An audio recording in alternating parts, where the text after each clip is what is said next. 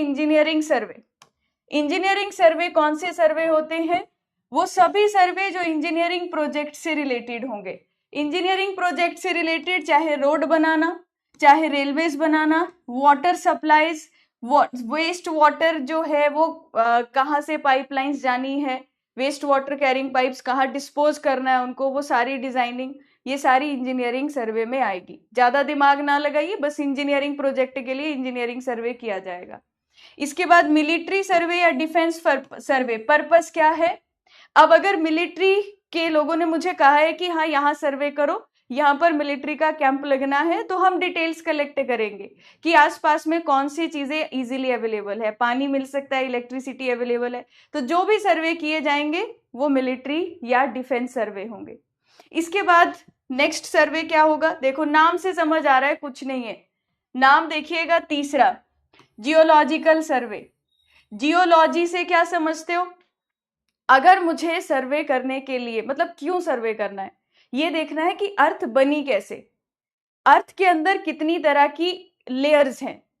अगर मैं सॉइल को एक्सकेवेट करते जाऊं और डेप्थ पे जाते जाऊं, तो किस किस तरीके की सॉइल अवेलेबल है, कौन कौन सी तरह की वहां पर रॉक टाइप है। मुझे क्या स्टडी करना है? मुझे स्टडी करना है वहां की जियोलॉजी। सो जियोग्राफिकल सर्वे हम किस लिए करते हैं? मैं मेन पॉइंट हाईलाइट कर रही हूं, to study the different layers या स्ट्रेटा ऑफ अर्थ। तो अर्थ की डिफरेंट लेयर्स और उसकी स्ट्रेटा की स्टडी करने के लिए जो सर्वे किया जाता है, दैट इज योर जियोलॉजिकल सर्वे। नाम से पता चल रहा है। अब नेक्स्ट क्या है? अब नेक्स्ट है आर्कियोलॉजी। आर्कियोलॉजिकल डिपार्टमेंट वाले लोग क्या करते हैं, किसी को पता है? आर्कियोलॉजिकल डिपार्टमेंट वाले लोग क्या करते हैं? आर्कियोलॉजी एक वो डिपार्टमेंट है जो हमारी हिस्ट्री से रिलेटेड चीजों की डिटेल निकालता है।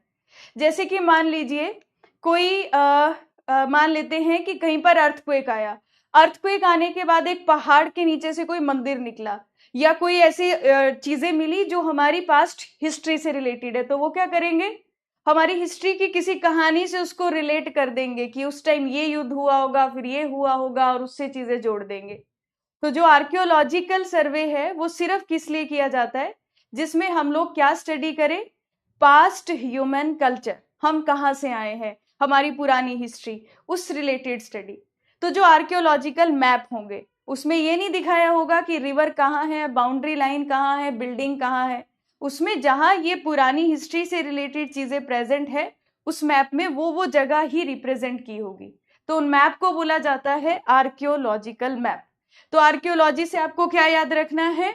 ये कलेक्ट करते information about location, distribution, organization की कहां से आप आए हैं, कैसे कैसे आपकी वहां पर अलग अलग, जैसे बोलते हैं कि सिविलाइजेशन थी, उसकी अलग अलग डिस्ट्रीब्यूशन है, वो कहां पर देखने को मिल रही है पास्ट ह्यूमन कल्चर की।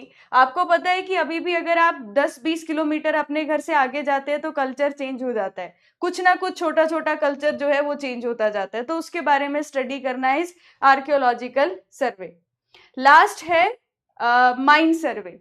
माइन मतलब, अब अगर मेरा पर्पस क्या है, इसलिए सर्वे मैं कर रही हूं ताकि मैं फाइंड आउट कर सकूं हमें माइंस कहां मिलेंगी। माइंस, कोल की माइंस कहां मिलेंगी, गोल्ड की माइंस, ये जो माइंस फाइंड आउट करनी है उसके लिए सर्वे कर रहे हैं, तो उसको बोल दिया माइन सर्वे।